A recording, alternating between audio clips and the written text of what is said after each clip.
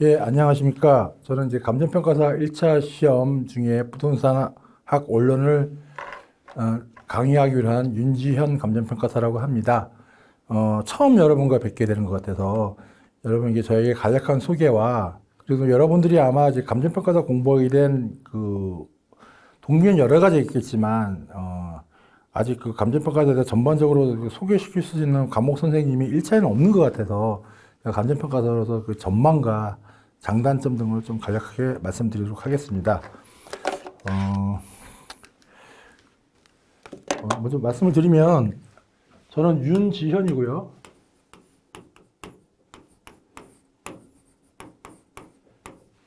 현이라고 합니다. 뭐 질문사항이나 앞으로 강의 질문사항 아마 게시판이 개설이 될 거예요. 그럼 게시판으로 어떤 질문을 해주시면 제가 성심성의껏 답변을 해드리도록 하겠습니다.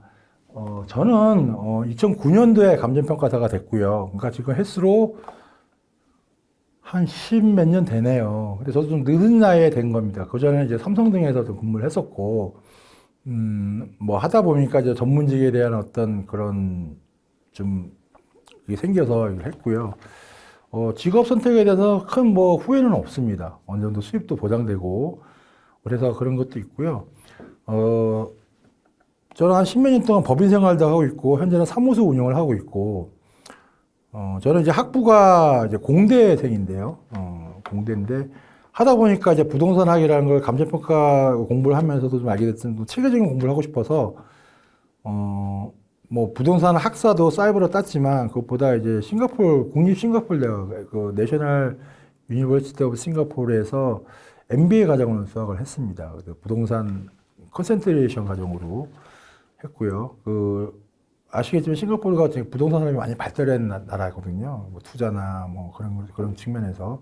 근데 거기서 좀 많이 도움이 됐고, 어떤 부동산에 대해서 체계적으로 이해하는데 좀 많이 도움이 됐다고 생각을 하고, 또 개인적으로 뭐 CFA라고 국제재무분석사라고 뭐 아시는 분은 아실 거예요. 사실 그 금융계에서는 투자 금융계에서는 뭐 세계 최고의 자격증이라고 하는데 그것도 갖고 있습니다. 그다음에 또 영국 왕립 평가사라고 릭스 멤버 오브 릭스라고 멤버 오브 RICS 뭐 릭스라고 한국 사람들 하는데 그것도 갖고 있고요. 그다음에 금융감독위원회 투자자산운용사 자격증도 갖고 있고 국토부의 자산운용 전문인력 자격도 갖고 있습니다. 뭐 제 자랑을 하려고 한 건 아니고 여러분에게 제가 여러분에게 강의할 정도의 충분한 백그라운드는 되는 것 같다. 그렇게 말씀을 좀 드리고요. 제 소개는 간략하게 마치고, 감정평가에 대해서 여러분 궁금한 게 많을 것 같아서 좀 말씀드리면, 이 감정평가라는 거는 결국은 어떤 물건의 가치를 우리가 대신해 주는 겁니다. 예를 들어서 지금 이 건물이 얼마인지를 대충 여러분 아시겠죠? 여러분 아파트 가격도, 지금 옛날에 한 15억 갔는데 지금 한 12억 가지 않을까? 중개사가 12억이면 나간다는데 이렇게 얘기를 하지만 그거는 사실 법적인 가격도 아니고 팔려봐야 아는 거 아무도 모르잖아요. 근데 이제 하다 보면 분쟁이거나 뭐 필요하거나 그럴 때 보면은 가격이 필요할 때가 있습니다. 예를 들면 보상 가격을 선정하거나 아니면 은행에서 담보를 설정하거나 그럴 때는 금액이 필요하죠. 이제 그럴 때 감정평가사를 통해서 가격을 딱 책정을 하는 겁니다. 감정평가 영역을 좀 말씀을 드릴게요. 감정평가는 특히 공적 업무가 있고 사적 업무가 있어요. 공적 업무가 사적 부분이 있는데 공적은 이제 크게 보면 보상, 뭐 경매, 경공매, 다음에 뭐 매각, 뭐 등등이 있고요. 사적은 제일 많은 게 담보, 자산 재평가,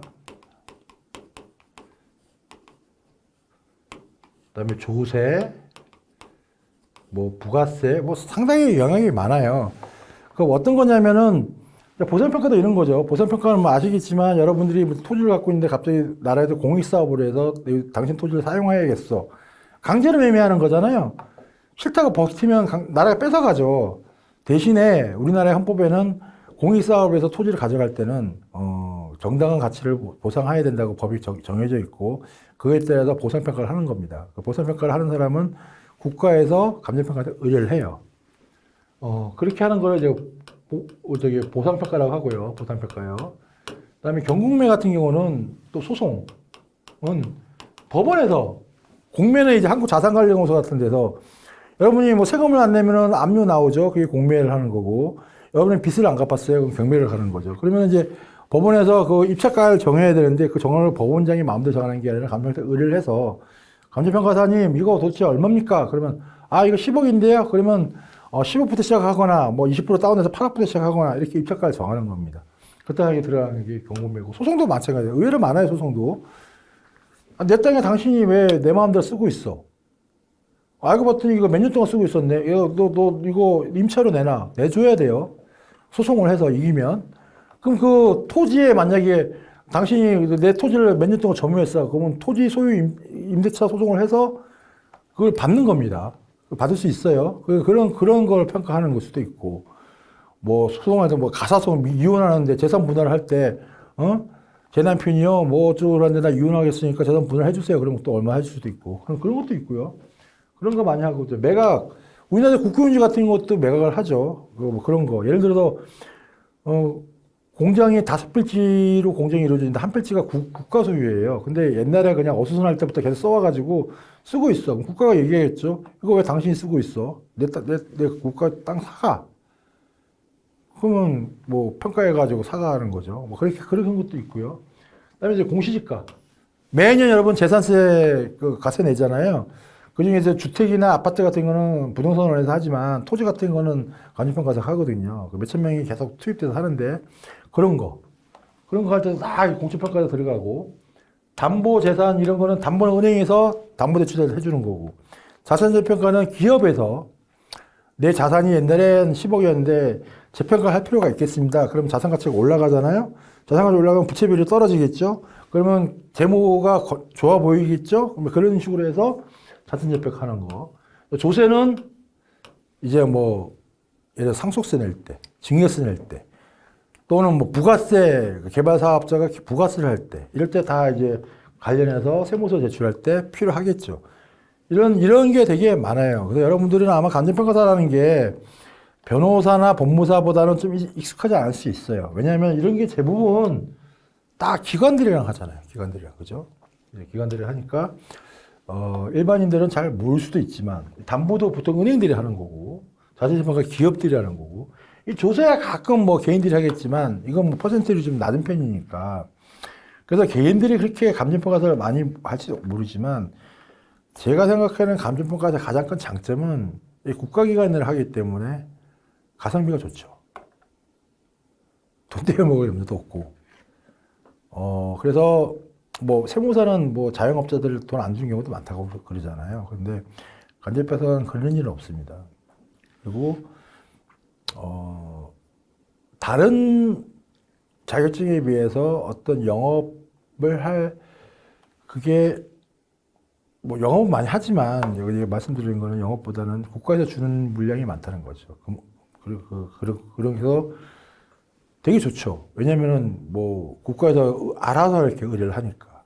그게 점점 많아져야 된다고 봐요, 저는. 왜냐면 우리나라가 점점 더 이제 재산권에 대한 관심이 높아지고 어떤 그런 거에 대한 다툼도 많아지고 그러기 때문에 되게 중요한 거고. 그래서 감정평가는 앞으로 계속 더 중요하리라고 봅니다. 단점은 이제 그런 국가 간의 어떤 영향이 크기 때문에 수수료 같은 거는 장점은 수수료는 있어요. 수수료는 국가가 보호해 줍니다. 법무사 같은 경우는 법무사 수수료는 일종의 공고사항이거든요. 안 지켜도 뭐 특별히 그게 없는데 우리 감정평가 수수료는 수수료를 낮춰주면 그 감정평가 가격이 막 달라져서 감정평가의 가장 근간에는 사회성 공공성이 훼손되기 때문에 국토부가 막아줍니다. 그건 당신들은 수수료를 지켜야 될 필요가 있다.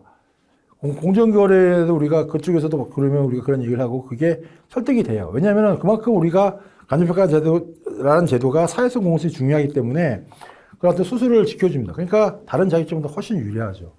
단점은 그 수수료가 그래서 많이 안 올라요. 그 정해진 그게 법원하고도 그렇고 국가랑도 그렇고 아무래도 법원이나 국가는 국민 세금하고도 문제가 있다 보니까 많이 안 올려요. 그래서 우리는 반 노가다 지급이라, 반 노동 지급이라 얘기하기도 하는데, 뭐 공시가나 이런 거나. 근데 전반적으로 우리가 이런 어떤 국가기관의 일을 하면서 혜택 보는 면도 있고 약간 불이익 보는 면도 있긴 했습니다만, 뭐 전반적으로 제가 일을 하면서 이렇게 어떤 이런 그런 거에 대해서는 보람을 느꼈지, 특별히 불만이 있진 않은 것 같아요. 근데 단점은, 아직 우리나라가 감정평가 산업이, 그 부동산 산업이 외국에 비하면 되게 낙후되어 있습니다. 뭐 부동산 산업도 그렇고 가장 근본적인 이유는 이제 우리나라 이제 금산분리 정책을 해서 대기업이 부동산 진출을 많이 진출을 못하니까 부동산 산업 대기업이 본격적으로 진출하면 일본이나 싱가포르보다 많이 떨어져 있고요. 우리나라 부동산 산업에서 개인들이 주로 많이 뭐 시행을 하다 보니까 옛날에 조폭도 많이 있었고 뭐 그랬으니까 아직 좀 선진화가 안 된 게 좀 있고 감정평가 산업도 그 부동산 그런 여파를 해서 좀 이렇게 선진화가 안 된 게 사실입니다. 저는 외국도 갔다 와봤고, 외국 공부도 해봐서 외국물을 먹었다는 입장에서 좀 보면 낙후되겠고. 근데 그게 거꾸로 말하면 우리나라 감정평가 산업이나 부동산 산업이 더 개선될 여지도 있고, 앞으로 여러분이 여지가 더 있다고도 봅니다. 그 다음에 또 한 가지 또 이제 말씀을 드리면 여러분들이 이제 AI 얘기를 하잖아요, AI. 앞으로 이게 되면 AI가 다 전문직 대체할 거야. 감정평가가 다 필요 없어. 통계적으로 다 하면 돼. 딴 건 몰라도요.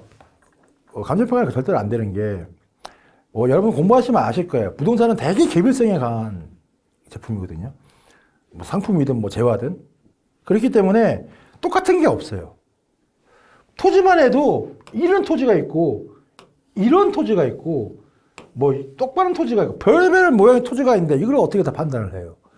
가치도 여기 대로변에 있는 거랑 여기 조금 더 들어가서 있는 거랑 가치가 달라요. 그게 규칙적으로 다르냐? 아니요. 완전히 불규칙하게 달라요. 그렇기 때문에 AI가 그걸 대체할 수 있다고는 생각을 안 합니다. 물론 이런 말도 있죠. 부동산이 점점 정보화되면 될수록 감정평가의 기능이 떨어지고 필요가 없다. 왜냐? 예전에 감정평가가 아주 활성화될 때는 부동산 정보가 막혀있을 때였습니다. 그러면 감정평가 사람이 얘기한 게 그게 시장 가격에 다 된 거예요. 근데 대부분의 지금 사람들은 뭐라고 생각하냐면, 대부분 이제 시장 가격이 어느 정도 알지 않느냐. 그럼 감정평가 뭐가 필요해?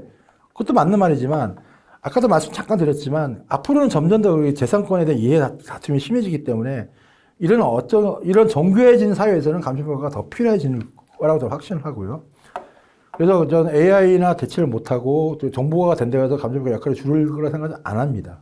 물론 감정평가 사들도 좀 더 그 사회성과 공공성을 갖고 더 임해야겠죠. 그래야 더 훨씬 더 사회로부터 신뢰를 받을 거고요. 그렇게 될 것이라고 믿고, 또 하나는 우리나라가 통일한국에 대한 그 포텐셜은 대단하죠.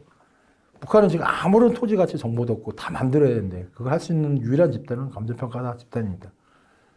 뭐 짧게나마 이렇게 제가 OT를 좀 말씀드리고, 여러분들이 이제 어찌되었던 감정평가사 하겠다고 도전을 하신 거니까, 저도 뭐 이제 전문직 세계에 있다 보니까 전문직의 어떤 그 생리나 현황을 좀 많이 알잖아요.